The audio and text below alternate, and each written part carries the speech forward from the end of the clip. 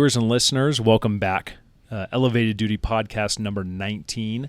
Staff Sgt. Norcross along with always Sergeant Rivera. It's funny, I'm laughing because I forgot to introduce you in the last podcast. The last podcast. I know. I remember introducing you, but sometimes you forget about me. It's okay. So if you haven't watched that one, it was a good one. So go watch that one. Yeah. Hop on YouTube and look at all of the Elevated Dude podcasts. Follow CO National Guard. We are so excited and honored for our guest today. Needs no introduction in the Colorado National Guard, but I will let him introduce himself at this time. What's going on, everybody? So my name is Staff Sgt. Valdez with the Colorado Army National Guard. I work up in JFHQ. I'm a IST Coordinator alongside ISR underneath Sergeant Toller, Sergeant First Class King. Just been doing that for a couple of years now, and I've enjoyed it. Yeah. I got to meet awesome people like you guys, which, for the record, let me point this out there. I'm very excited to be here with Sergeant Norcross, Sergeant Rivera. I mean that wholeheartedly. You guys are idols in your respected fields. Oh, jeez. Sergeant Norcross, I've known you since 2020. It sounds about right. Around the time I found out Mr. Nomura, Chief Nomura, was my brother-in-law, which is a weird story at its own. And I've known you as being one of the most phenomenal shots in the Colorado National Guard. Oh, jeez. And, you know, your name's really out there. If you can Google yourself, you could, and your name's going to pop right up. Yeah. You're just, again, I'm just really excited Stop to see you. Stop it. Sergeant Valdez. Jeez. So, funny thing is, like... Sorry, I got some stuff. Sergeant Rivera, like I said earlier, the more I get to know you, the more of a fan I become of your work. Oh, thank you. You have a great shot too, but with a different instrument. Yeah. So I'm just really excited to be here with both of you. You know. No, thank you so much. I know your full-time duties. You just mentioned it, JFHQ, Joint Forces Headquarters. For those that aren't currently serving, that's the acronym. There's a lot of acronyms if you're watching the podcast, but JFHQ or Joint Forces Headquarters. You are full-time with the Recruiting and Retention Battalion, correct? Yes.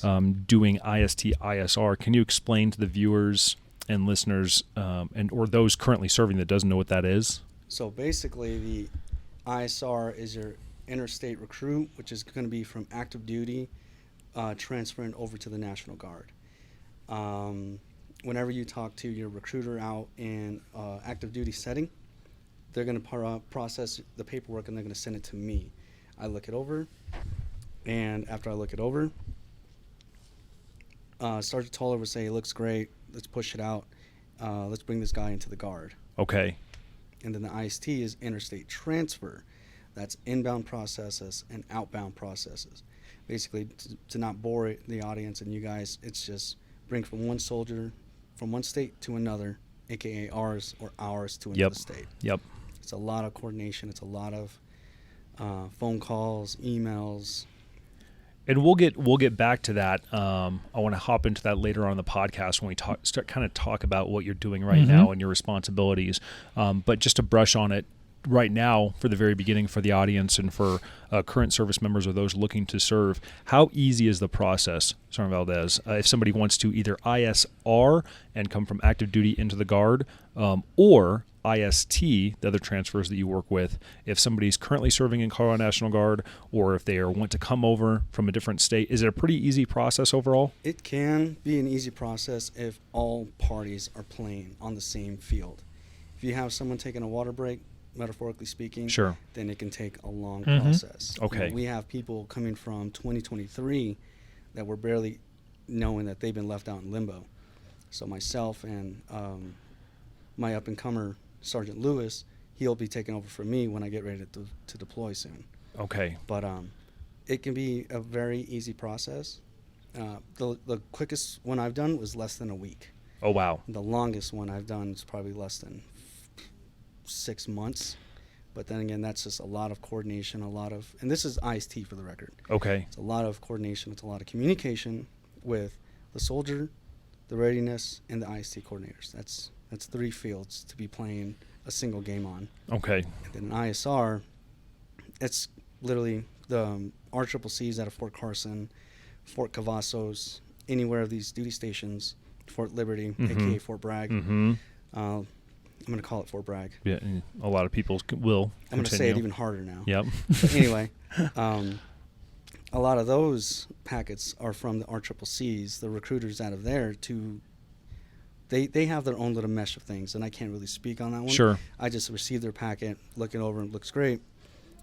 Transfer them into the Guard. Yeah. Okay. That could take about a week, maybe even a couple of hours. Yeah. If you make the phone call, which we do. Yeah. Yeah, I came under that process. For me, it was a little bit longer, but it was not on the Guard side. It was on the reserve side. That they were like, oh, we're done. But they never clicked something on their side, and I went on kind of like under a limbo. So good thing I came as a tech, so I can start working right away. Yep. But I wasn't able to drill until like a couple of months down the road. But finally, I made it, and Sergeant told me, he's like, hey, you're good. You're good. You know more people. He's funny. He's like, you know more people now and you already did the onboarding for tech. He's like, you don't even need to go to reception drill. You're good to go. I do remember your packet coming through. Yeah, I do remember. It was a pain, right? I mean, on their side. Yes. Because they were like, oh, you're good. And they're like, well, they don't see anything on this side. They're like, they cannot do anything with me. So there's something wrong on your side. So I was directly talking with the G1 on the other side. He's like, hey, your guys is not doing anything, like something that they can't see. Yeah. So you guys got to double check what you guys doing on your side, because I did all my packet, everything is signed, everything 100% done. So it's on the system. You guys are missing something. But I'm glad it worked out. My leadership down there did everything like as fast as they could. Once they saw they had the opportunity on the table, they're like, hey, we gotta help you. And I was on the email traffic, so I know they did like all the signatures, 368, everything. So everything was done pretty fast. But I think there's a stigma sometimes between civilian listeners that we have and those currently serving in uniform that want things to be done and processed so quickly. When we're talking, especially about ISR, IST, we're talking about multiple component. Different compo, different regulations, full-time work schedules, out of state, across the country, across the world. Yeah. People taking leave. So, I haven't heard too many horror stories of somebody trying to IST or ISR, and we get a lot of active duty coming over to the Guard. So something must be working. Absolutely. The momentum has definitely shifted. So I've had several mentors. I've had Sergeant First Class Tejas, and he's great. Sergeant First Class King, he's a Mr. Come and Go. He shows up, and then he goes out for milk. Sure. And then I don't see him for a while. But I've had definitely different mentors, and then going to SQI4, which is recruiter school for the audience. And recruiter school was out of Arkansas. Yep. And I didn't understand any of the lingo, but I get there and I get to understand everything. So basically, if you want to put this in a civilian standpoint, let's say you have somebody who, like, we're an HR department. Yep. And if you want someone to transfer from one store or one branch to another, obviously there has to be some type of communication that happens. There has to be a talk. There has to be a reason. And then obviously that's what most of the soldiers who are incoming to Colorado is Colorado life. Colorado times, Colorado, the leadership behind each unit. There's always a bigger reason for wanting to come to Colorado or from Colorado to another state. The biggest state I've seen receive Coloradoans, is that the right term? Yeah, sure. Yeah. It's probably Oklahoma. It's literally right next door. Fort Sill. No, they just move out there. Oh. This is IST. Oh, out there. ISTing from on the Guard side from Colorado to Oklahoma. Isn't that weird? Like going from the mountains to the flats. Yeah, absolutely. Tornado Alley. Well, why would you do that? No, don't do that. We have quite a few soldiers. Yeah. Do you know the numbers off the top of your head for soldiers that? Do you know the percentage of Colorado National Guard soldiers that do IST? Actually, I do have some numbers. I did do my research on this one too because I knew this was coming. For right now, the actual numbers inbound for people coming into Colorado is about 74, and that's from one FY to this one. 74 in a year. 74 people came to Colorado to join the Colorado Army National Guard. Okay. And for outbound, it's looking like 46. So more incoming than outbound. We have positive numbers. Yep. We do have positive numbers right now. And I think it has to do with the leadership understanding their roles and actually, having those subordinates have great leaders like you two and mine above me, actually teach them the right from wrong. Like, the grass is not greener on the other side if you don't water it. Mm-hmm. So that's absolutely. I like that saying. Yeah, I made that up. That's good. Basically, the leaders are doing what they're supposed to, and Sure. and retention is staying. People are staying, and that's great to see. Yes. More Colorado, more bragging. Yes. More bragging, more Yeah. more Mhm. participants in the tag match. Yeah. Yeah. Yeah. Yeah, that's So before we start talking about more about your full-time work and kind of what you're doing currently, bring us back to who you are. Tell us the story of you, as much or as little as you want to. Where were you born? Where did you come from? How was your upbringing? What was your process into the Guard? Because you were not always in the National Guard. So I'll let you kind of speak on that and how you came into the military and where it led to you now. Absolutely. So, again, my name is. We have a birthday. Oh my goodness!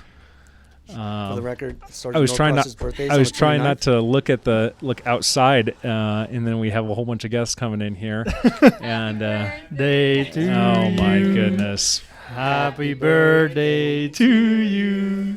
Happy birthday, Sergeant Norcross. Happy birthday to you. They spelled your name wrong. This is Northwest. completely unexpected. The lights getting it. Thank you so much, you guys. That means so much. Well deserved. Yeah, thank you so much. We'll all share that after the podcast. How does that sound? Yeah, I'm gonna smash it on his face. Thank you. Was that you? Was this your idea? yeah, probably. Maybe. Or is this Sergeant Rivera's idea? Whose I don't know. I idea? don't know. I've been called the NCO of mystery every now and then. Yeah. Very cool. Well, thank you guys Don't so much. cry. You can cry if you want. That means a lot. Don't cry. The audience likes honesty. I don't need the cake, but I'll absolutely Yeah. eat it. The commander will be like, yeah, I don't wait next week, actually. Yeah, we have Saddam coming up in the fall, so Yeah, he's going to be, Sergeant Cox is going to be like, okay, send me your hand weight now. Mhm. No, thank you. That's awesome. Another year, another birthday in the Guard. It seems to be a track record. My birthday, for the viewers and listeners, if you know about the National Guard, for our drill weekends and then our annual training, my birthday is at the end of July. And so our annual trainings usually happen at the end of July. So I've spent quite a few birthdays in uniform here in the Colorado National Guard, and I hope to spend even more. So I really appreciate you guys. But back to your story. Let us hear the story of Sergeant Valdez and how you ended up in this chair. So, for the record, my birthdays always land on a Sunday and a Monday. Mm-hmm. There's no partying on Sundays or Mondays, so I get the really short end of the stick on that one. Yep. Which no one has fun on Mondays. Everybody hates Mondays, so I just stay quiet about my birthday. Well, you don't work on Mondays, right? Technically, I do. I'm a full-time parent too. Okay. But not like you don't go to the office. That's what I'm saying. No, I always open up my computer. I want to stay consistent with my people, with communications. That's good. I want to stay. This is one of the reasons why I'm here is because I wanted to be here. Yeah. But yeah. So again, my name is Manuel Elias Valdez. I am currently 34 years old. I'm a December baby, 4th, 1989. So yes. Same. I could probably say that I'm old. Yeah, My knee's well, cracked now. That's how old I am. But I was born and raised in Gainesville, Georgia. My daughter's there now. She's 17. She's an amazing person. She's planning on joining the Georgia Guard. You remember our conversation? Yes. Mm-hmm. But I moved from Georgia to Texas when I was like 18, and I got stuck, and I just didn't know what to do. I worked at Walmart, so obviously I was very miserable. Nobody likes Walmart unless they shop there during Black Fridays. Sure. I hated it, and then I was funny story actually, I told this story like 2 days ago. I was putting away some bikes because I was an assembler for Walmart, and a recruiter comes up to me. His name is Sergeant First Class Bonds. I think he's out now. But he looked at me and he's like, "Excuse me, sir." I'm like, "I don't want to join the Guard, or I don't want to join the Army." Yeah. Go away. And he goes, "Okay. I need to know where this product is." Like, "Oh, I'm so sorry." Was he in uniform? Yep. Okay. I was like, "I don't want to join the Army," And I was like, "Go on, shoot fly." But right after, he's like, I just need this product. I'm like, I'm so sorry, sir. Yes, it is over here. I'll get that to you here shortly. And then he does this. Pulls out a card and he's like, call me when you're ready. A month later, I called him, started setting everything up, and I'm what they call a unicorn. There's nothing wrong with me. Yep. For the audience, a unicorn is basically you're agreeing across the board. There's nothing wrong with you. No tattoos, no violations, all the good stuff. Recruiter's dream. Yes. I was that one my first time and my second time. You can ask Sergeant Klaus. Really? Shout I'm out gonna to ask him. shout out to Sergeant Alex Klaus. He'll call me at 8 at night. I'll respond. He will call me on Sunday. I was like, it's cool you're working on my packet. Hey, I know you probably have family. He's like, no, we need to make this happen. We gotta get you in. Yeah. And then he's like, when he saw my medical record, he's like, you're a freaking unicorn. You don't have record. I'm like, all the record I have is your military. Like, you don't have anything outside. I'm like, yep. No. Yeah. And then you were the same. I have no record, nothing of the sort. For the audience, I know that we kind of brushed over that, but if you're thinking about joining the National Guard or any branch of service, we were talking about unicorn and being healthy. For those listeners and viewers that may be in that situation to where you're thinking about getting into the military, or you want to come speak with a recruiter or somebody within the National Guard, you don't know how lucky you are to be in a position of not having an extensive medical history, whether that be physically or mentally. And so if you fall within that very small percentage, reach out before something happens. It's the saddest and scariest horror story as a recruiter when we're working with an individual and you're healthy and happy and you're motivated and you have goals and you have dreams and you want to go to college or be professional in your civilian career and also join the National Guard. And then during the process, maybe you're in the wrong place at the wrong time, and either something medically happens or something morally happens to you in your life, whether it's your fault or not. And now, brakes come screeching to a halt, and you may never be able to serve ever again in your life. So if you're thinking of it and you're on the fence right now and you fall within that lucky percentage of people that have never had anything wrong with them, think of it as a blessing. Okay, back to you're working in Walmart. You're a unicorn. A uniformed recruiter is shopping at Walmart, gives you a card. You give him a call. 30 days later, you're working with a recruiter in Texas. Yep, I was working with a recruiter out of Carrollton, Texas, and he just said, "You're good across the board. Let's get you processed. Let's get you going." I did their runs. I did their training. When I got to MEPS, they were like, "Hey, you're good to go." Swear in. From the swear in, next thing you know, I'm waiting until October, and I get the knock at the door, and sure enough, there he was. He was waiting to pick me up. It was an emotional time. And this was for active duty Army, correct? Active duty Army. Okay. Signed as, what'd you come in as? I came in as an 11 Bravo. Let's go, 11 Bravo. Infantryman, through and through, 11 bang bang. Yes. We just had our last podcast, first female infantryman in Colorado. Go look at the YouTube video. Non-prior service. Non-prior service infantryman graduate out of, again, like you said, Fort Benning. Now it's Fort Moore, Sand Hill. So, okay, so you signed up, 11 Bravo infantryman. You get a knock on the door because it's time to ship. Yep. I remember this is the day. This is it. This is where my life changes or ends. And then I took off. You're here. Spoiler, you're Thank here. God. Oh, no, I'm here now. I'm great. Yeah. I'm doing wonderful. Yeah. Look at my audience. Look at the people next to me. There's a birthday cake. How lucky am I? But I did basic training. I don't know why, but I was like the biggest pick to do the platoon tasks. They wanted someone who is a drive, who's fast, who's quick, who's strong, who's mean. I'm not mean. I mean, I don't think I'm mean. I got called a box full of kittens once. That's the extent of my meanness. Yeah, I think you were mean the other day to Sergeant Cox when you brought the hair topic, but he brought it on himself. Yeah. He does it to himself. Sorry, Sergeant Cox. I'm not. I mean, I am, but I'm not. He's bigger than me, so I am. That was funny. Yeah, I don't know. I said something about somebody's hair. And yeah, look at and I was like, "Why you bring the top?" Why are you looking at Sergeant Cox when you talk about hair? He's like, Yeah, why are you talking about hair? What do you got to say? You are bald, sir. Yeah. We'll Yeah. have a conversation on Tuesday. Should we put a picture of Sergeant Cox down here? We could could show a do that. picture and we'll do an overlay. That'll be good. That would be Pictures wrong funny. with his hair not meeting President Bush. That's true. Before and after. Yeah, that's true. But, Okay. basic training. So you were selected, and were you kind of like the squad leader during basic, or like the platoon leader? I was the team leader. Team leader. I Okay. was the team leader for basic training, and then after basic, I got shipped out to Germany. I was supposed to go to Ranger School, but I lost my slot. Okay. But I went to Germany, and Germany, as soon as I got there, as soon as they said boots on ground, hey, we got several months. We're deploying to Afghanistan. Poop. Literal. Like, I was in complete shock. Like, I knew this was going to happen, but I didn't think it was going to be so fast quick. after graduation. This is months, like several months, maybe a month and some change.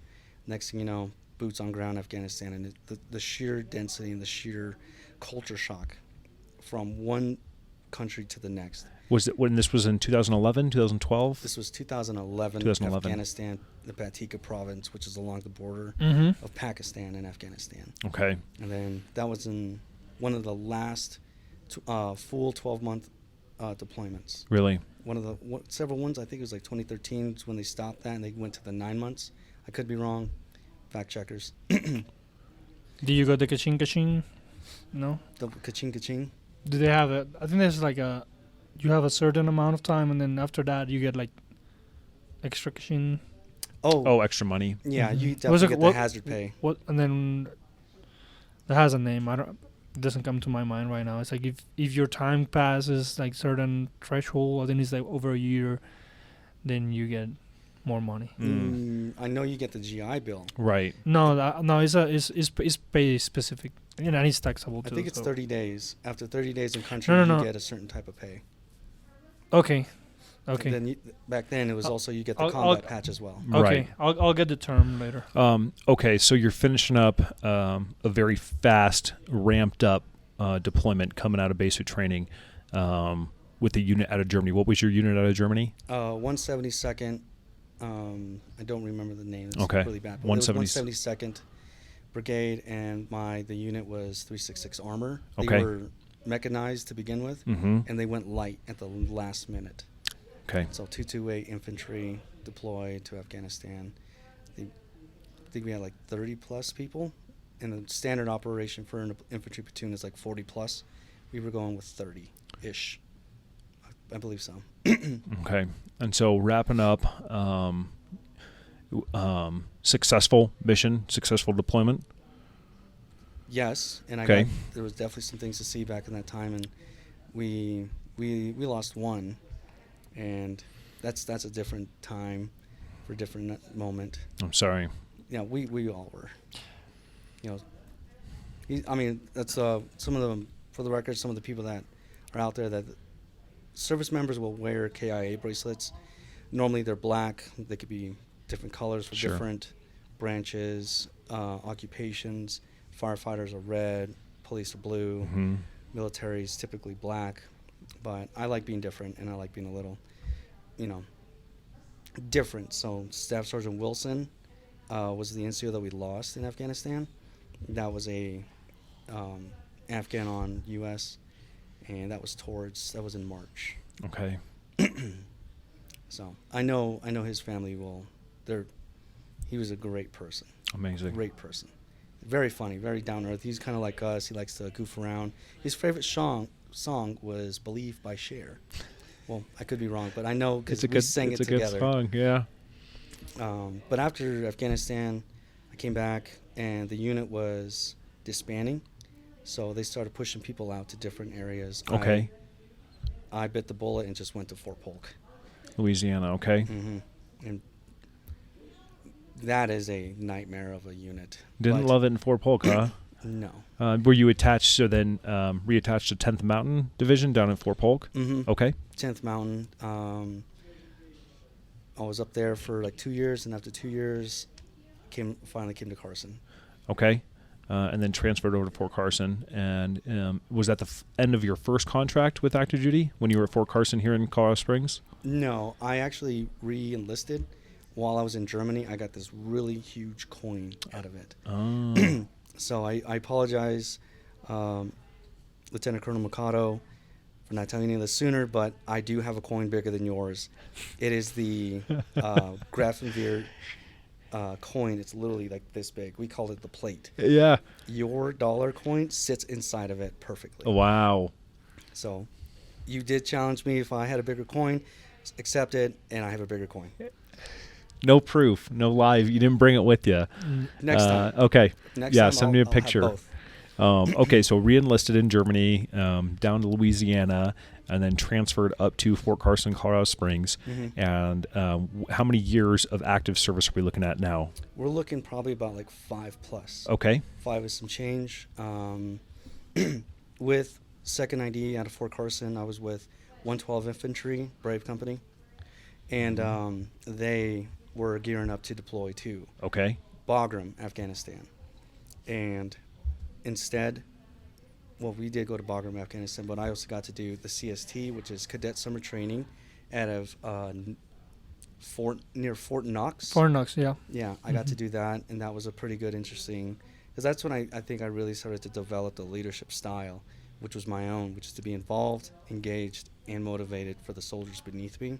Mm-hmm. And I guess that started like through struggle. So you were an instructor there? No, I was just a participant teaching the up-and-coming lieutenants that are going through Very that good. CST. Okay. Because afterwards we always do like AARs, after action reviews. Mm-hmm. We would do that, and I would give my insight how they could do better, what they did do good, Mm-hmm. and all that other good stuff, the military terms. Yeah. But I started to develop a leadership role because we didn't really have a designated squad leader, platoon sergeant. It was just every man for themselves. But obviously, in the absence of orders, you will obviously take that responsibility in CO Creed. Mm-hmm. So your 4th ID getting ready to ramp up again, Mm-hmm. and where are we at now? After that, after cadet summer training, we did several train-ups, team sticks, platoon live fire, Mm-hmm. and then afterwards, it's go time. Okay. Bagram, Afghanistan. Okay. Back to Afghanistan for the second time. Mm-hmm. Again, I hope successful mission. Perfectly. Okay. Minor incidences, which my 4th ID friends, they know.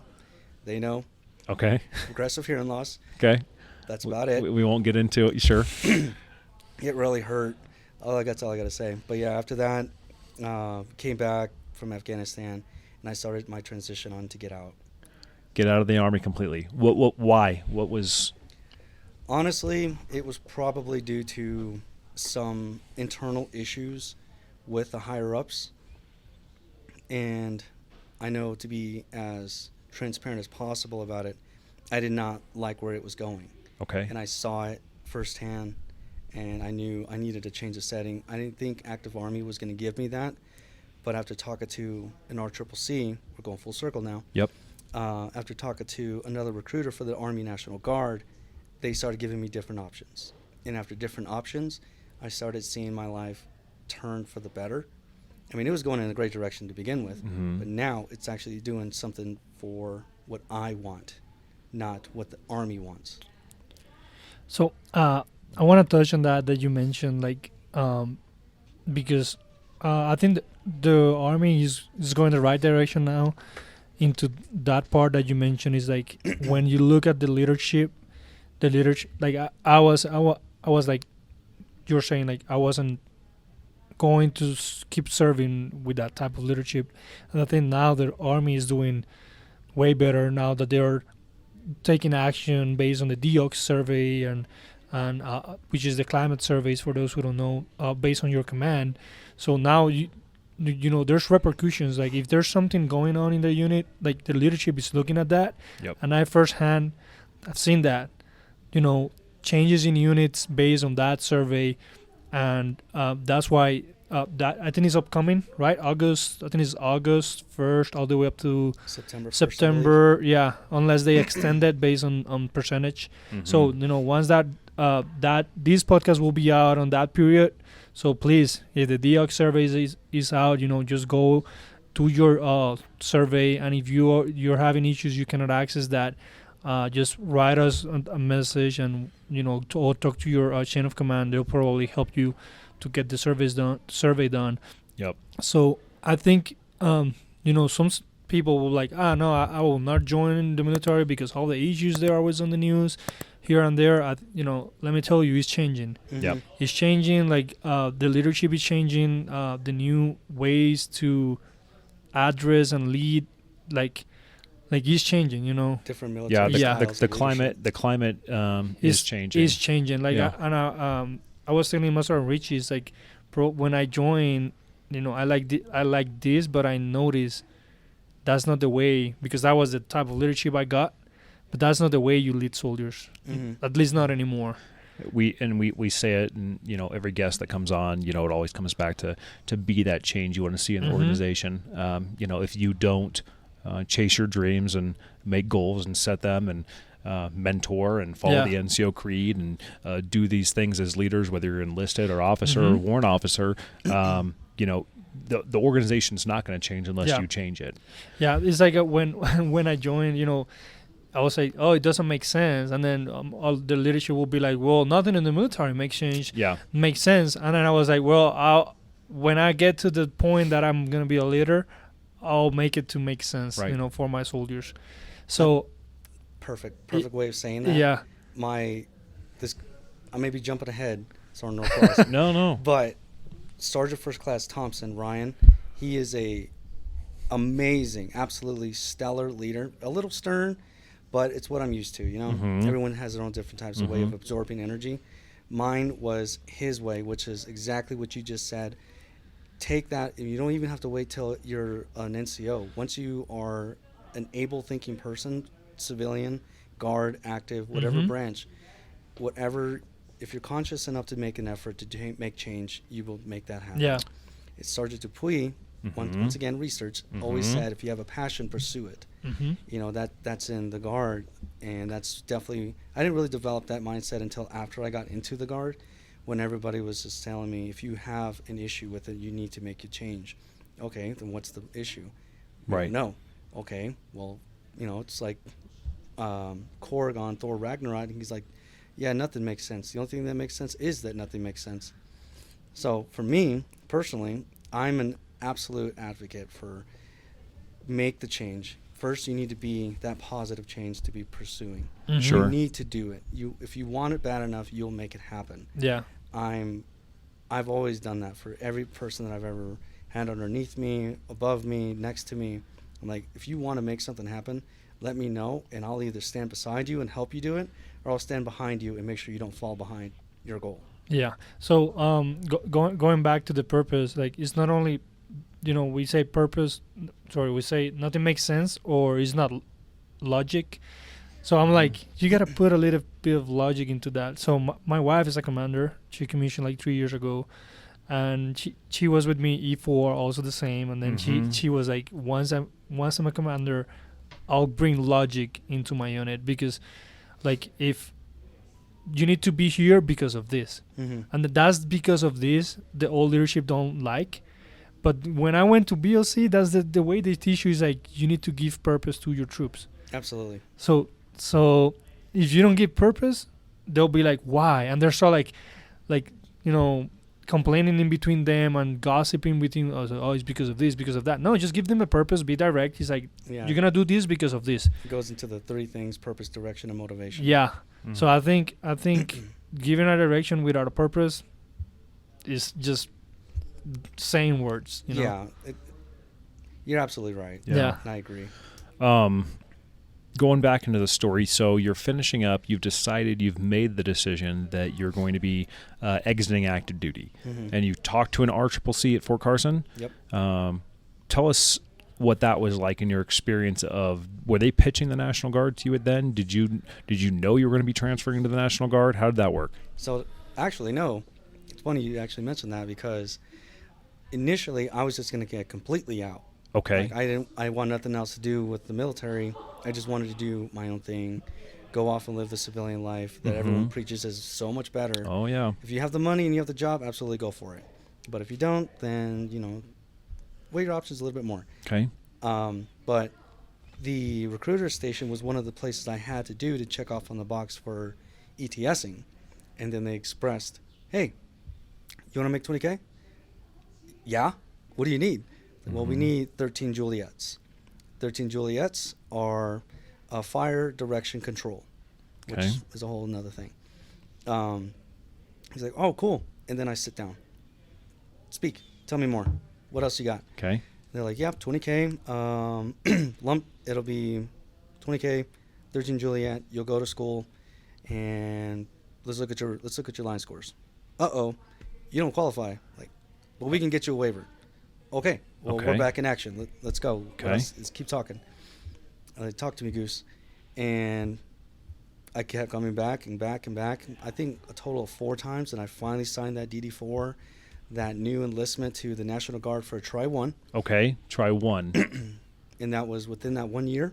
I needed to get duty MOS queued, which is I have to get the new MOS. I have to go to school, graduate, come back, and then after that, about a year later, or until the ETS, I can re-enlist and get my new bonus. Okay. Which is 20K. They did not tell me that they were going to split it, so that stinks. But either way, it was a really good cash grab. 20K. I'm M-Day every other 2 days out of the week or out of the month, 2 weeks out of the year. That's not a bad gig. No. So I did it, and I started experiencing different things, people's visions of the Guard, which is this stinks, don't do it. That's how any job honestly is. No job is perfect, but what you do with it is what makes the difference. Yeah. So, you could be like, I worked at Walmart. I made it fun for myself. Yep. I worked private security. I made it fun for myself. The Guard life, I constantly make it more fun. With you guys, I'm constantly having you laugh, smile. M-Day, my unit, which I haven't really gotten tuned with SOD-K yet, but soon. Yeah. And so you transferred over. You ended up going back. You reclassed and learned how to do your new job as a 13 Juliet, staying in the Guard. And you just mentioned it that you just recently transferred over into SOD-K. Tell us about why you've transitioned from coming into the Guard as a 13 Juliet and then now transferring back over to SOD-K. How did that happen? So that's a pretty good question. Basically, I went from infantry to a 13 Juliet for money.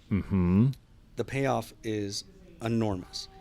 Knowing the logistics behind the FA is appetizing, if you could think about it. It's a really weird way to say it, calling a job appetizing. But, it's a sampler. I got to understand what the field artillery is about, the logistics, the middleman between the launchers and the observers. Okay. Now, my transition back to SOD-K was due to a deployment coming up. They wanted a 13 Juliet and an 11 Bravo with combat experience. Wow, and there's not many. No, not really. Not within the Guard. Everybody has some type of overseas experience, not combat, not Afghanistan, not Iraq. Goes into different scenarios. Even Syria is getting different types of combat pay for the turmoil that's over there. With SOD-K, Special Operations Detachment - Korea, that's the K, they wanted specifically an 11 Bravo, a 13 Juliet, who has combat experience. Again, this is all what I was told, and is ready to go.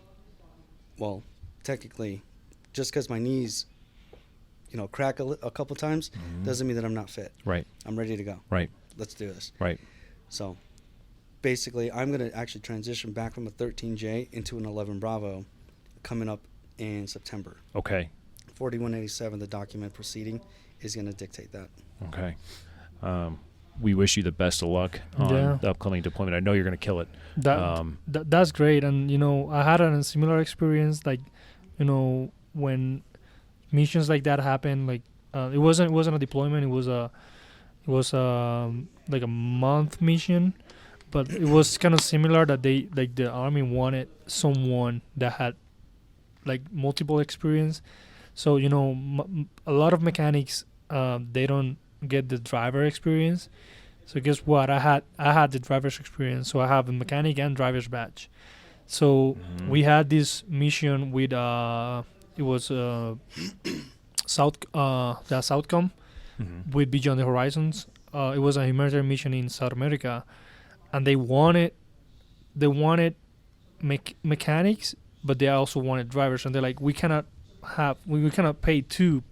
We need someone that can do both. Right. So guess what? When they look at our unit, all the mechanics have the driver's badge.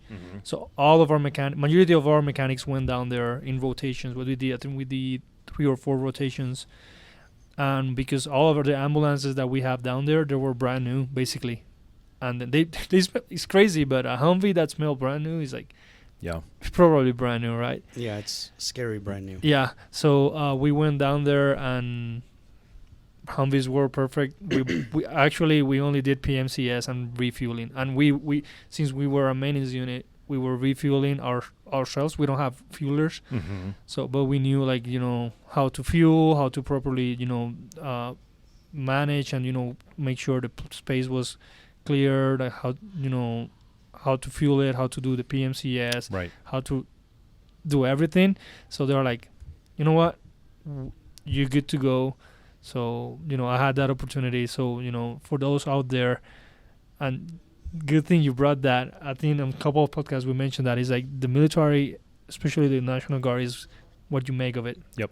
So thanks to that experience that you had from active duty and National Guard, now you're getting this opportunity. So oh yeah, it's just the different types of motivators that go into a purpose. Yep. Yeah. And you're saying it perfectly right now. You want a change, you want to make something different, you want to be different, you want to do something. You have to be different, you have to do something different outside of your comfort zone is what sets you apart. And crazy thing, when you reclass, you didn't knew you have an opportunity down the road that will merge both of your MOSs in the past. So now you're getting that opportunity, and you can combine that experience. So yeah, being in the brigade levels where I initially landed with the FA, I didn't really understand my position or my job until I got to Alpha Battery 3157. And then that's when I started, turn of phrase, I started getting my head kicked in because of the lack of knowledge that I've had about the FA. If it wasn't for Sergeant Thompson, Sergeant Millian, she's out, all these other awesome people in the FDC, Fire Direction Control, who basically took the time to really mentor me, push me to the next level, and then ended up going to battalion level 3157. And then that's where Sergeant First Class Thompson was also there. He followed us there. Now Sergeant Cooper, Amy Sakaitis, who's out of the Army now. A PFC is what taught me my occupation. Wow. He was an amazing mentor to me. He knows this, and I've told him this many times. If it wasn't for him, I probably wouldn't have been mentally sane to last the entire time I was in Kuwait. Wow. And it was up to a PFC to teach me the job, teach me different types of tactics and ways to make the mission successful. That's amazing. The viewers and listeners, we try and explain kind of the different paths that you can take in the National Guard. And we said on different podcasts, and we talk about it when we're talking with new applicants that are interested in the Guard, of how I like to describe it as like the Guard's a tree. And when you come in, the different branches that you can choose to go down and paths to pursue and adventures and school opportunities and job changes and deployments that you would like to volunteer for, whatever the case is, for you coming from the active duty side into the Guard, how much different is it? The active duty lifestyle of 8 years being stationed at multiple different locations, and then the choices that you have here in the National Guard? That's a very good question. So this is not to bash anybody. Active duty is do it. The National Guard is, are you ready to do this? Okay, do it. that's the best way I could put it, is active duty is you have a job, you have a specific job, you'll be trained in different sub jobs. Mm-hmm. Like an infantryman, they're trained in different types of and radio operations. Yep. RTO, radio transmitter operators, Yep. basically a guy with a man pack walking around behind the LT. The saw gunner, your 240, your grenadier. You're trained in all of those stuff because if someone drops out, you need to be able to pick up that weapon and move. Mm-hmm. So with the Guard, you have different opportunities to venture off. Like if you don't like being an infantryman, you can be something else. You can be a 15 Hotel, which is a Black Hawk mechanic. You could be an 88 Mike, motor transport. Mm-hmm. You can go a 13 Juliet, learn the logistics behind the HIMARS capabilities. And you basically, not only are you leveling yourself up, you know, mentally and the education wise, but you're also developing different types of networks with different people. Yep. Like I know people from Arizona, New Mexico, Georgia. My buddy Yates is the one that's going to probably enlist my daughter. And I called him by his phone. I told him, brother, I'm looking at you because my daughter wants to look into joining the Guard. Mm-hmm. I trust you with my life. I know you'll do right and you'll take care of her. Mm-hmm. He said, I got you, virtual handshake. And Yep. we're pressing. So the networking is there for the National Guard. And yeah, there's camaraderie anywhere you go. That's great and all. That's what the biggest thing that stops people from leaving the military is the camaraderie. But the National Guard is you have that camaraderie, but at the same time you're networking because eventually they're going to move on to do bigger and better things. Yep. Mhm. Like I was just an M-Day soldier, which is like the monthly soldier, 2 days out of the month. Normal National Guard, 1 week in a month, 2 weeks in the summer. Mm-hmm. And then now I'm a full-time soldier with recruiting on top of that with SOD-K. Yep. It's a lot of hats for just a single person. That's a legacy that I'm trying to build for my sons eventually to look at like, I didn't know you went to Afghanistan. How was that? Like, oh boy, I've been waiting to tell you that for a long time. I'm glad you asked. Sit down, Mm-hmm. grab a Coke. Let's talk. But And that's now that you mentioned legacy, and I know you wanted to go into that. It's funny because like my dad, he always like had respect for the military, and he sometimes asks me here and there. He's like, "Oh, what do you think about this? What do you think about that?"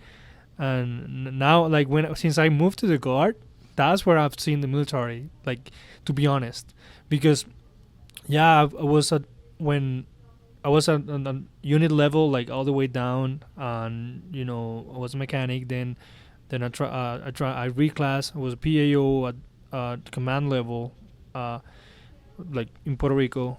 And then once I transferred here, that's to be honest, that's where I learned about the military, because my unit, that's where we learn about like MDMP, how like we work with first ID at division level. So that I learned, like, for me it was like, oh, this is how a body unit works. This is how a division moves. So I'm like, okay, even the more you learn, the more you know you don't know anything, it's right? shocking. Right. I was like, what? And for me, like when I went there to for the first time into an MTC, and I see like an actual warfighter, I'm like, I was lost in the sauce. And then I had to do my research on the side and read, because I'm like, I don't understand what's going on, and I need to do products from this. Mm-hmm. So I'm like, I need to like step up, because I got there, and then guess what? I got there. I was the NCO, and they don't care. Like, I really don't care. You're an NCO. You're in charge now. They're like, okay, we're gonna give you two specialists. Now you're in charge of them. These are the products we want. Mm-hmm. And I was like, what? And they're like, yeah. Yep. And you need to perform. It's like, It's literally just tossing you into the fray. yeah. Right. And then I learned about that. So going back, like my dad asked me all the time, and then once time passes, I'll be like, yeah, like It was totally worth it. yeah. Yeah. And then me and my wife, we both in the military, so our sons or daughters will be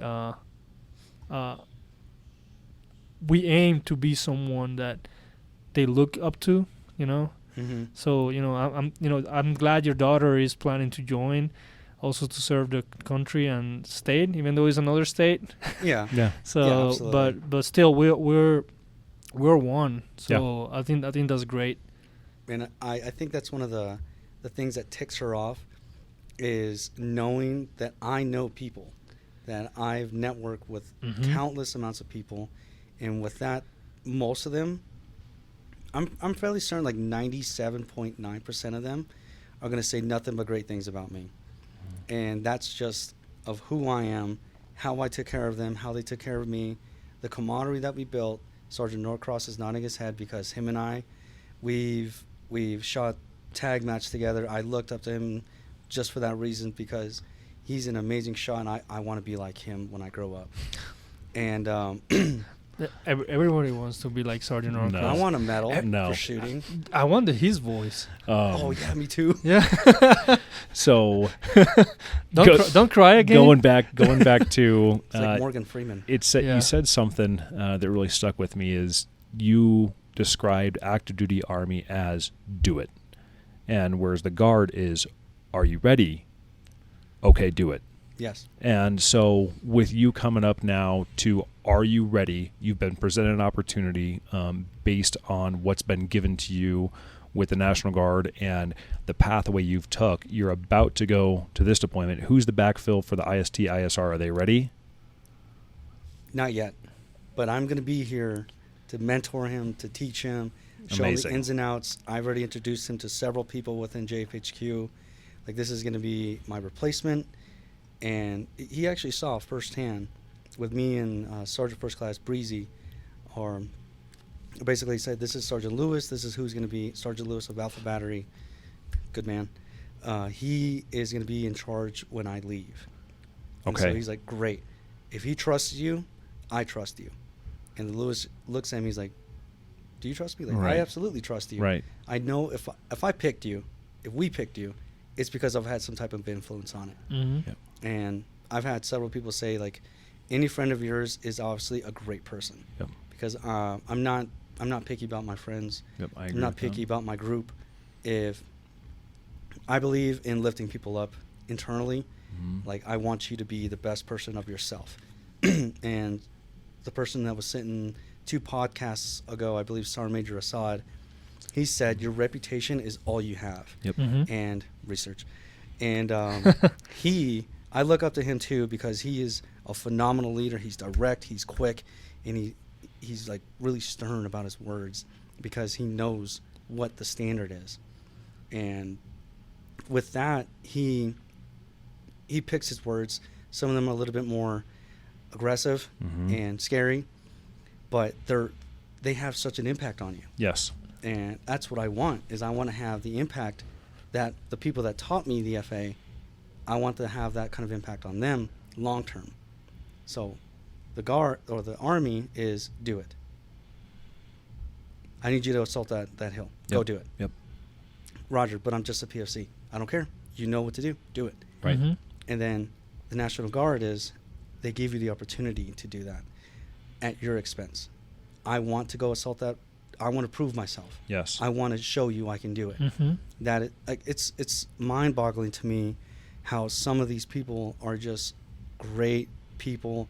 They're monthly soldiers. They come in, they laugh, they joke, and then when it's time to put down the business, Yep. it's a flip of the switch. Right. It's incredible. Like, seeing the HIMARS in action and just the talk, it, you know, most people would say that gives you a freedom thought. It just gets you going, you know, it's so motivating. Yep. And I thrive off motivation, and I thrive off, you know, the lack of motivation. Would you say that with that motivation, with that drive and the new adventure, is that why you've chosen to volunteer for this unique opportunity with SOD-K? It was an opportunity presented, and I wanted to jump on it because there were some like subtext things I wanted out of it. Like, my biggest thing since I joined the Army was I wanted to jump out of an airplane. I've always wanted to jump out of an airplane. I don't like flying, but I want to jump out of one. I don't either. I don't know why. You put me in an airplane, civilian, I'm freaking out inside. I'm the same exact way. I'm literally screaming. I looked like SpongeBob when he was like saying "soiled it" over and over and over. I was terrified. I'm still terrified. Yeah. Like doing the re-enlistment flight with I saw it. Congratulations. Yeah, that was just recently. Yeah, let me pull that out. Let's see if we can pull these photos up. Yeah, Major Bryant. He was the one that was. Yep. He looked at me. He's like, "Are you Amazing ready?" leader. Yep. I looked at him like, "What are you gonna do to me?" He's like, "Oh, we're gonna twist your bones. We're gonna break them. You're gonna feel all types of pressure." Like, well, we're talking about the helicopter ride, right? And sure enough, he delivered. He was an absolute incredible pilot. And I hate flying. So this is you recently. You were down in Colorado Springs, correct? This was at the Spartan race. The Tough Mudder. Excuse me, Tough Mudder. So I asked Sergeant. In kit, right? Yes. Good that's job. With 2 steel plates. Oh, steel.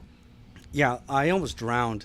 By the way, there was this weird obstacle where it's like a box and you have to like flip it over. Yeah. And I held on, and I didn't flip over quick enough, so I just tunk. Fell to the bottom, and I shot back up, helped the next person over. For viewers and listeners, make sure that you're covered under TRICARE in the Colorado National Guard if you're going to go to a Tough Mudder and wear steel plates. 10 out of 10, don't do it.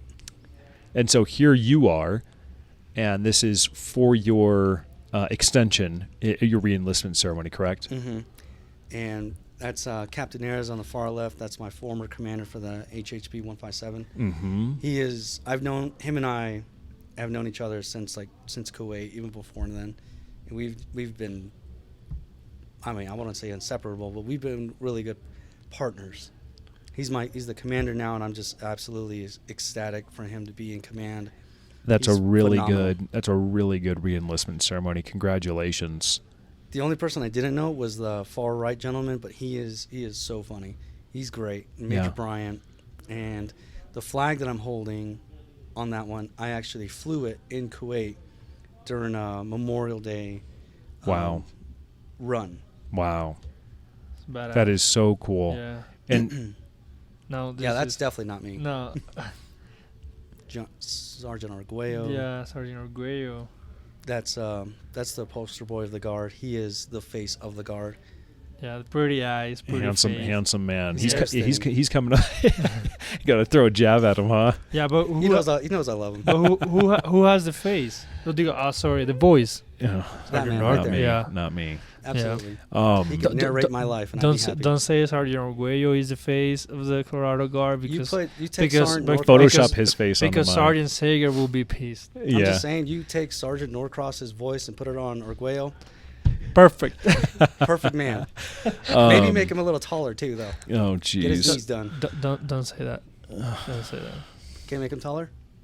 We just gotta put Arguello's hair on Sergeant Cox and we good.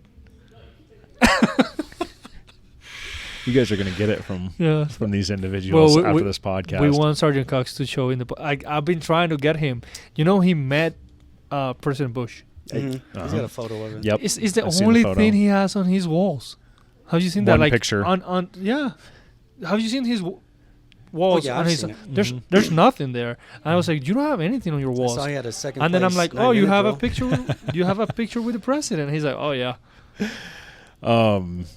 So going back to the Guard and the opportunities presented and just the availability, you have now put yourself into a position to where you are going to be able to get that opportunity. You want to be able to jump out of an airplane. I believe SOD-K is going to send you to airborne school. Am I correct? I don't know for sure. Okay. I cannot confirm nor deny that I will be going to airborne school. I would imagine that Fingers that's going to be crossed. the next journey and adventure that For- hopefully, if that's been a dream of yours, SOD-K can make that dream come a reality. If you're in SOD-K in leadership, maybe you can. And watching this podcast, Mhm. Not only that, but the schools, making sure that there's an opportunity for me to go. yes, Seats. Did you make Colonel German? Not yet. Not yet. He's great. He used to be my supervisor when I was a temporary state PAO. Mhm. Yep. New unit, all new people. Yep.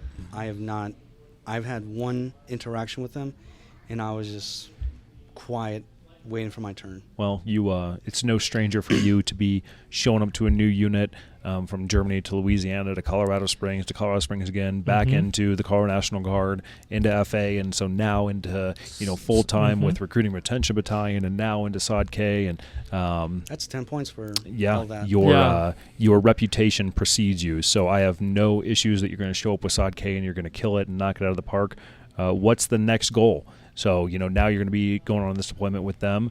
Do you want to come back and continue working full-time for the Guard? Absolutely. What does that look like after the deployment if it was up to you?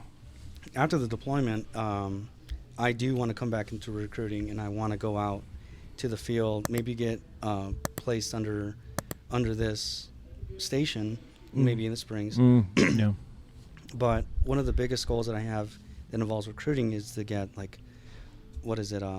is it Chiefs 54? Chiefs 50, yeah. Like the 54. Directors 54. Yeah. Directors 54. It's been so long since I've been in SQI4 Yeah. that I forgot the term, but that's a goal, is I want to be in that top bracket, the top maybe 20 of recruiters to actually get the most people enlisted. I want to go out there. And that's a huge achievement. It's hard because you're fighting nationwide. Yeah. We have who do we have from Colorado? Sergeant First Class Scott. Good job. He was selected. Yeah, I think Sergeant Dupuis is boarded. If I think Sergeant Leo is the one. Sergeant Leo. Yeah. If we're missing your name in the Recruiting Retention Battalion, we apologize. This is on the spot. Top 30, you're fighting, because once you do the top-down list and you do it by enlistments, there's some guys putting 40-something. Yeah, some of them are at colleges, military colleges, so you can't. I think even one of them's at 41. It's just crazy. Yeah. It's out of South Carolina, I believe. If I was a recruiter and I look at that list, I'll be like, it's not fair. Yeah, it's not fair because the issue with Colorado is the civilian income is higher because we have better paying jobs than some states. Yeah, less population. We cannot California, New York, and Florida. They're not even large states. They're massive. There's some large states. Yeah, I think we're still considered a small state. They might be 20 something million people. How much is California like? I don't even. We gotta pull it up. It's just I'm like you can give people to other states. I mean, Californians are ISTing into Colorado anyway, so we're winning there. It's just crazy the amount of people that live in there or New York. Yes. So again, when we compare ourselves with other states, hey, we're a small state. Our recruiters are killing it, but it's not fair on the level of when we compare it to the list is to be honest. Right. Also, we're like you said, we're also fighting other branches. We got the Air Force out here. Yeah. There's the Marines out here. Air Force Academy, Everything. Fort Carson, active. We have Peterson, Navy and Buckley Coast Air Force Guard. Base. Navy and Coast Guard. I don't even know what the Navy's going to be doing, just floating on some random creek. Yeah, Cherry Creek. Yeah. Or with a little Chatfield. Yeah, Chatfield Reservoir. We have Coast Guard. And they were there on Chatfield. No, and shout out to all the branches and everybody that serves. And on top of that, they have border patrol. We have I met some of their recruiters on some of our events, and they're also trying to hire, and they have great benefits. Yep. Oh yeah. But then everybody's trying to recruit on our demographics, so it's crazy. So it's funny that you say that because when I did the Tough Mudder, I ran next to a squad size element of Marines, and just like most of the stereotypes, the rah rah rah rah, Marine, bulldog, devil dog, stuff like that. They were absolutely doing that, but they were also running with their recruits. So that is something that we could probably take up. But also being the only person out there representing the National Guard next to active duty Marines, and I think I even met an Air Force out there. I was the only one with a plate carrier dumb enough to do it, or smart enough to do it. Good job. And I completed it. And I actually almost beat them. But I helped a participant get up the final. I think it's called the mud horn. It's like the big triangle net thing. They couldn't get up, so I just helped out their entire team get up there. And your drive and motivation is unmatched. throughout your career, thinking about it now, and it's thinking back to the podcast and the leaders that we bring on, enlisted an officer, and volunteering yourself and putting yourself in positions to excel. One of the pages that the recruiters, if you go and talk to a recruiter in the Colorado National Guard, is going to sit down and open this book, or hopefully they do, unless some of them know the information by heart at this point. But one of the things that may interest you is just that sense of adventure and that the willingness to go try new things. And you've done it throughout your career on the active side, and now coming over to the Guard and continuing now even further. And so when you come back, if you're full-time, I know you're going to excel, and you are kind of the embodiment of these stories that we have here over and over and over on the podcast of you have to volunteer and you have to put yourselves in position to move forward and try new things and take that next step and try out for that MOS and join that unit. Sergeant Major Assad said it. He said, camaraderie is based on the pain and the suffering, because those who suck together stay together. And then Brigadier General Rogers was saying that it's a citizen's responsibility to defend the nation. That is going right back into the same thing, which is placing yourself in a sticky situation and coming out stronger afterwards. That's like, it's weird because it's such a weird thing to say, like, I thrive off of the pain of being better.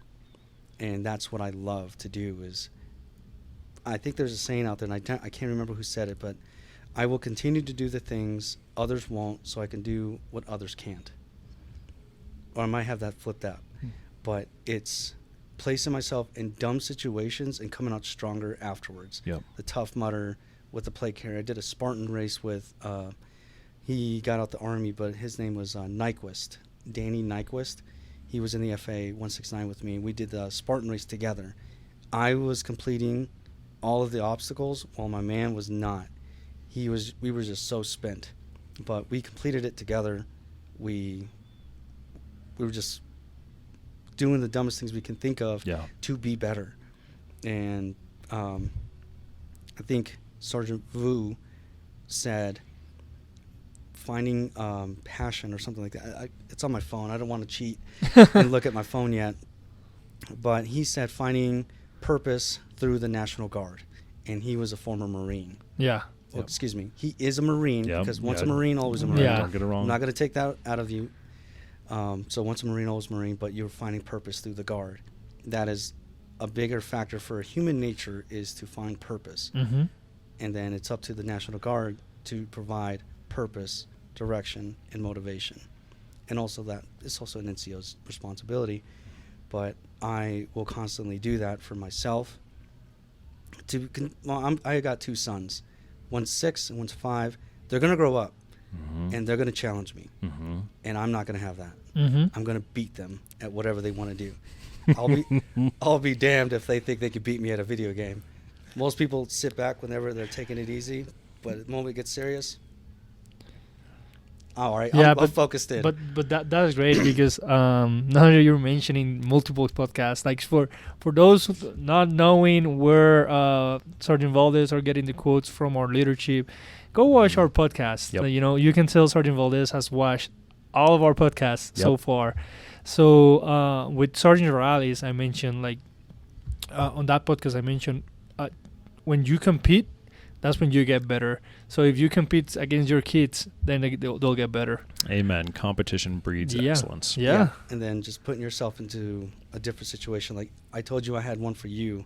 Sergeant Norcross mentioned that when he did the wildfires with 1157, it was just an opportunity for him to go off and be something more than what he is right now, which he's not just one of the best shots in Colorado. He volunteers to defend his state from natural disasters. Sergeant Rivera, eventually there's going to be something that happens that's going to be calling to him.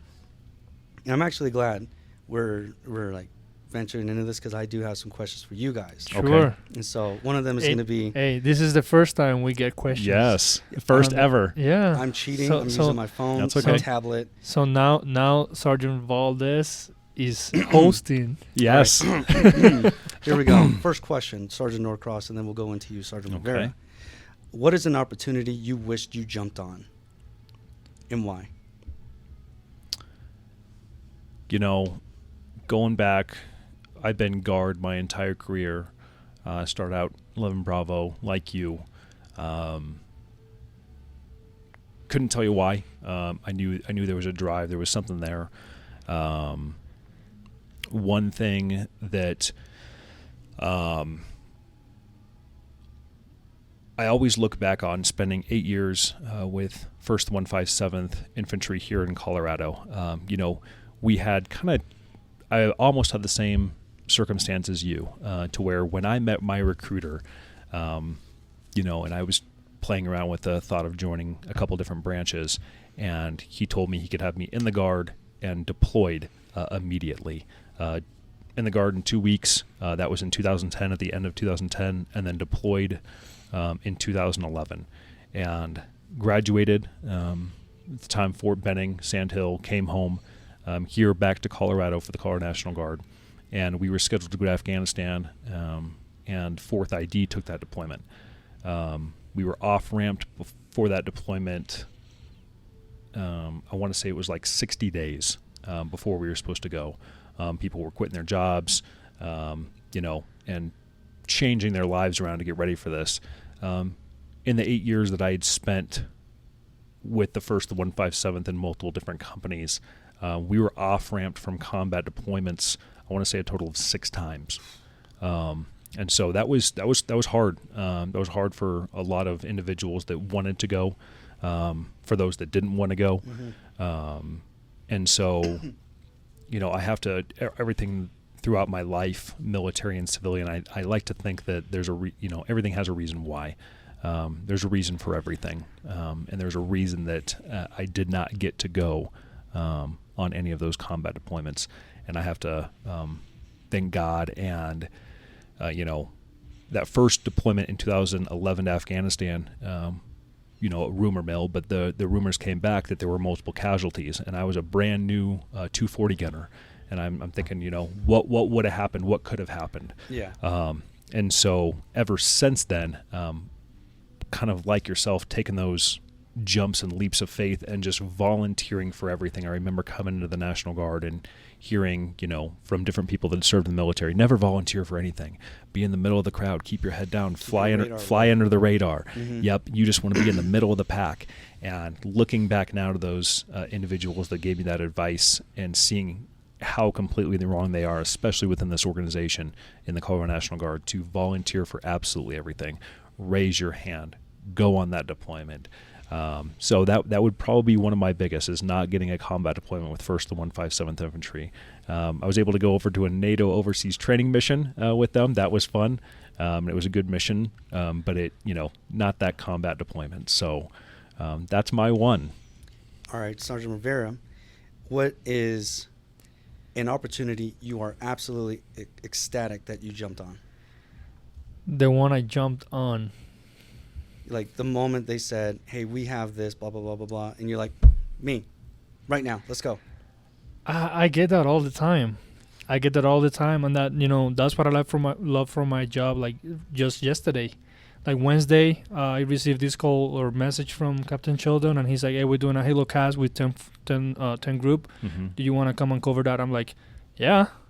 Like, I was like, what time? Where do I need to be? I'll be there.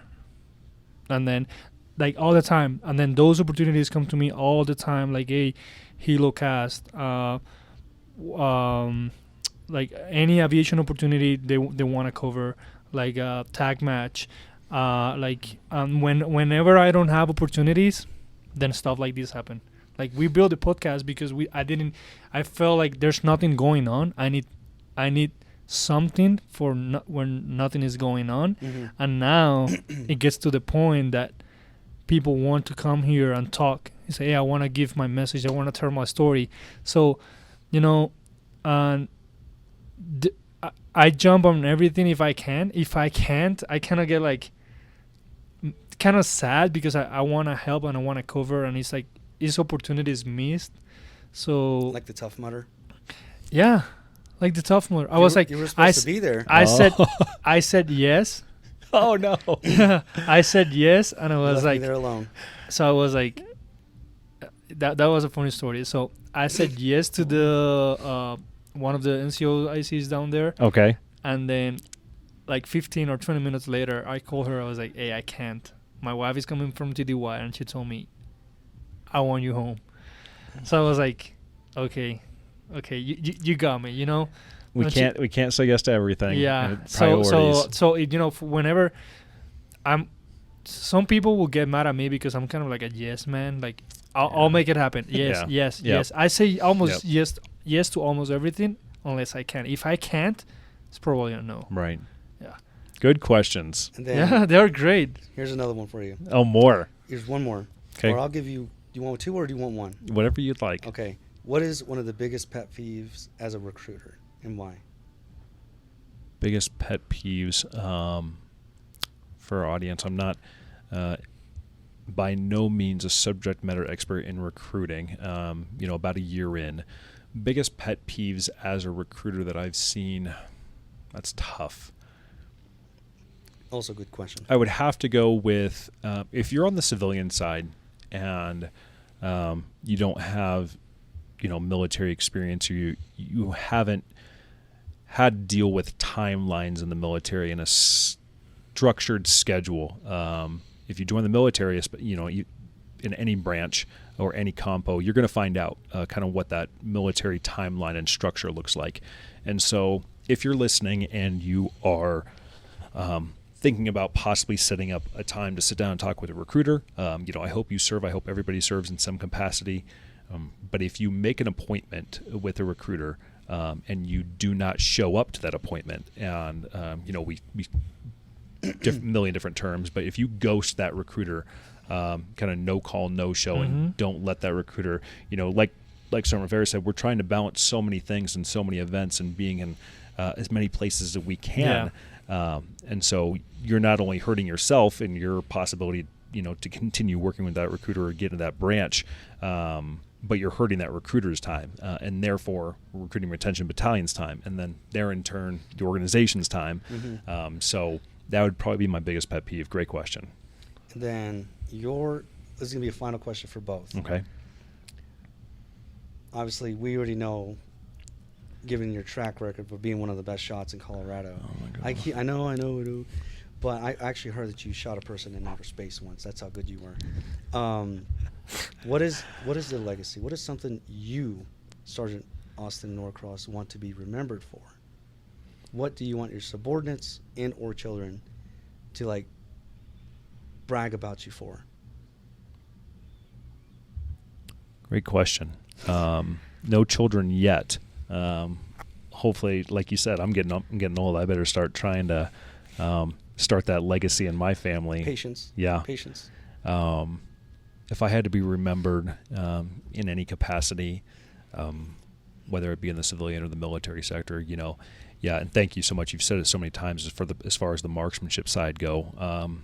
I've had mentors that have left the state now, retired Sergeant First Class Chris Catlin and the state marksmanship coordinator, Sergeant Devin Sager, and all of the National Guard Marksmanship Training Center individuals, their OIC and Captain Garrett Miller and my coach.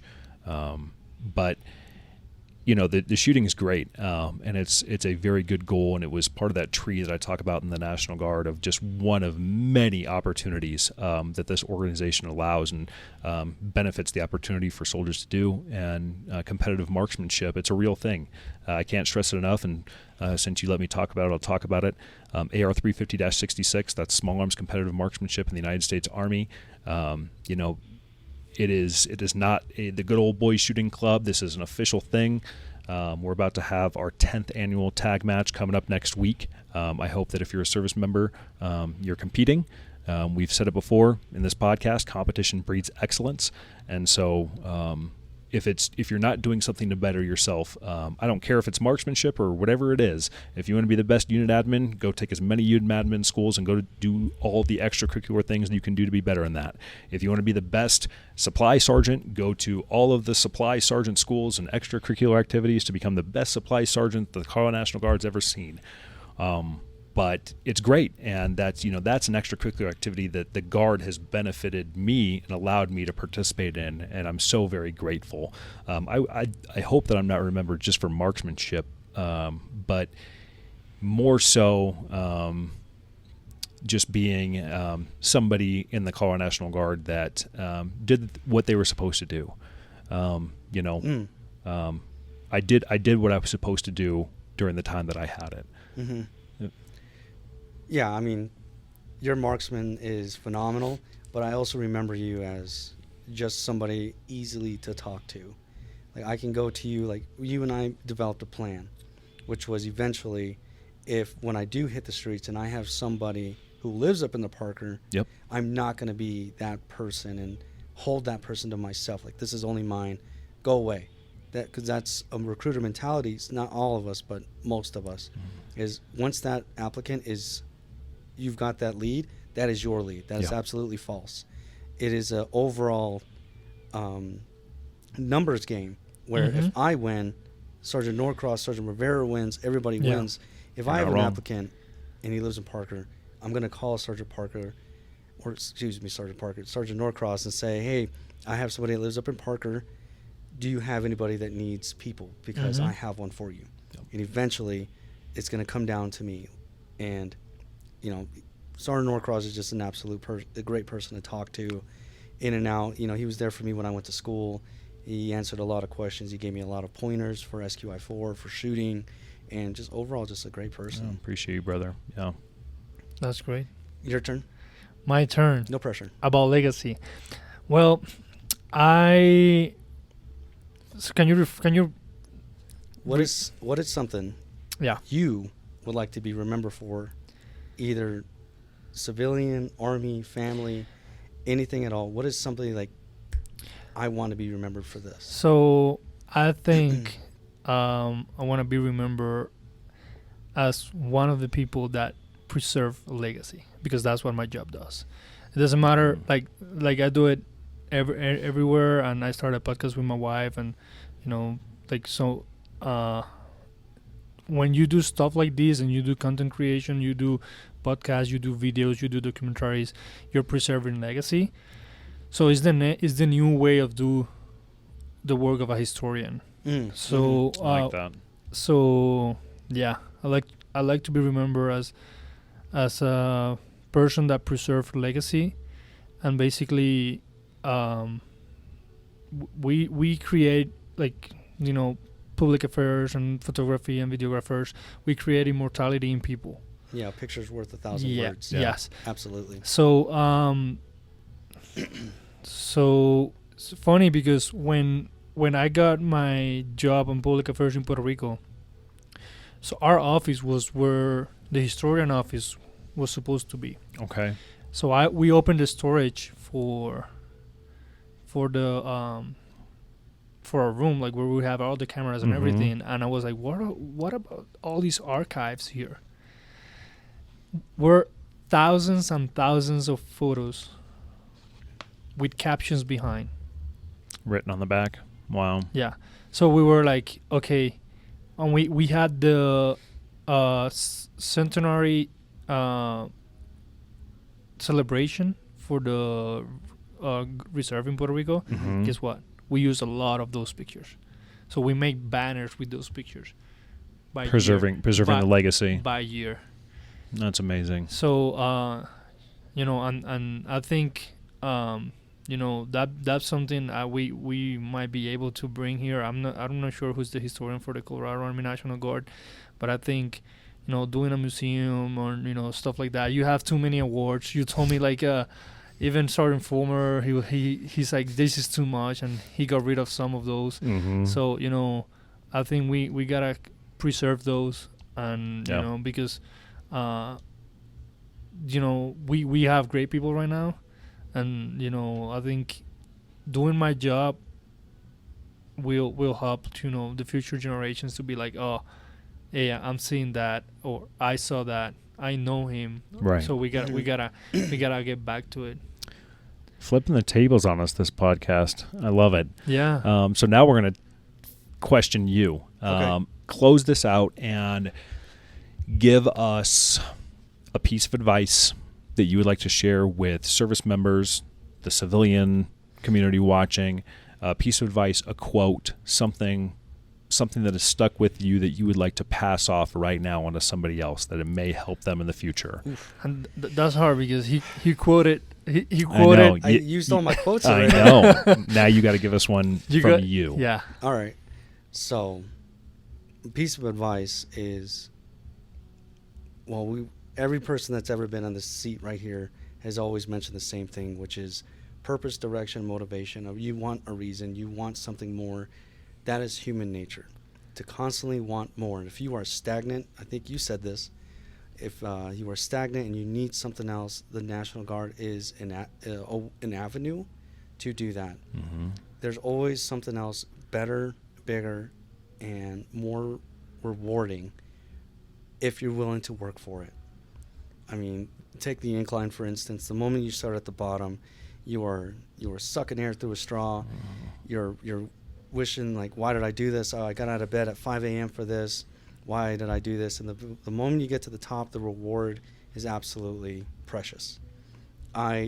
Me personally, that is like my biggest thing is I always want something more. That is a blessing and a curse, because I may never be settled with what I have right now. I'm always going to want something more for myself, for my family, for my sons, my daughters, even my friends.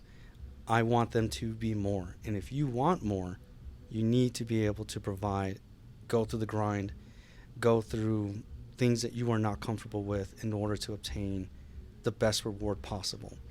The bigger the suck, the better the reward. Now, that could be turned many different ways, but for the Army standards, for a civilian going into military, the reward is always greater. You just have to work for it.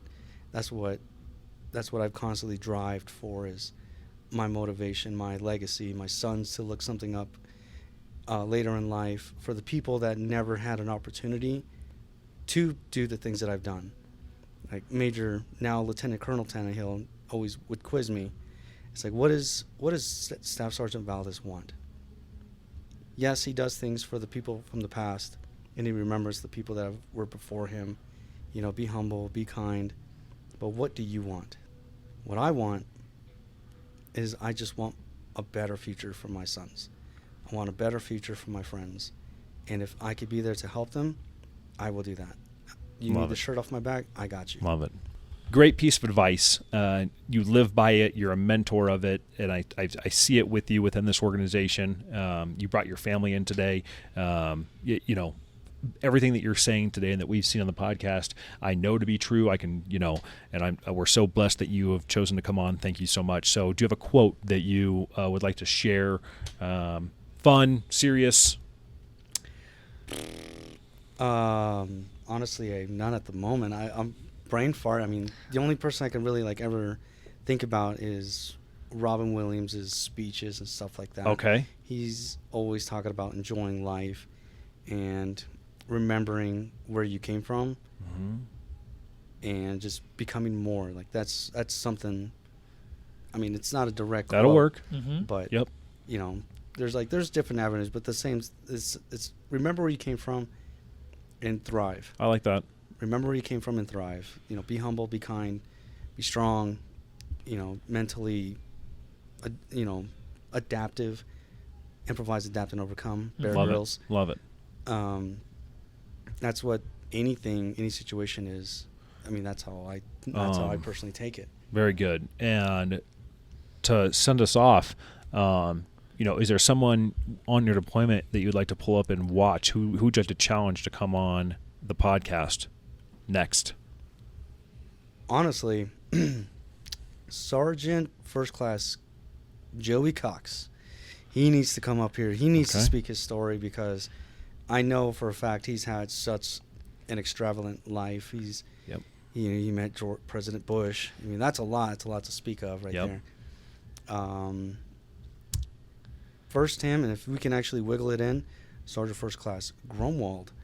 He currently lives in Virginia, but for the sake of something like this and me calling him out, absolutely, I think he'll probably take up the challenge. He just needs to find the time. Okay. Yeah, those we know both those individuals, so it should be not too hard for us to reach out to them. Well, I'll bring a week for Sergeant Cox. Hey, don't get mad. Yeah. Don't get mad. He's like, I'm gonna cut your orders. Maybe I'll do it this time. If you're not following, click the notifications bell. Follow us on YouTube, Instagram, social media platforms, CO National Guard, and you can visit us at our website, conationalguard.com.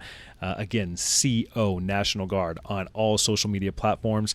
I just stole it from Sergeant Rivera. I hope he doesn't get mad at me for saying it. Don't worry. But thank you so much for watching and listening, and thank you so much for coming on, Sergeant. Yeah. We appreciate your time, and I know that legacy is going to be filled, and you're doing it. So, and we have a cake to eat. Yeah, time to eat cake. Cheers. Awesome. Good podcast.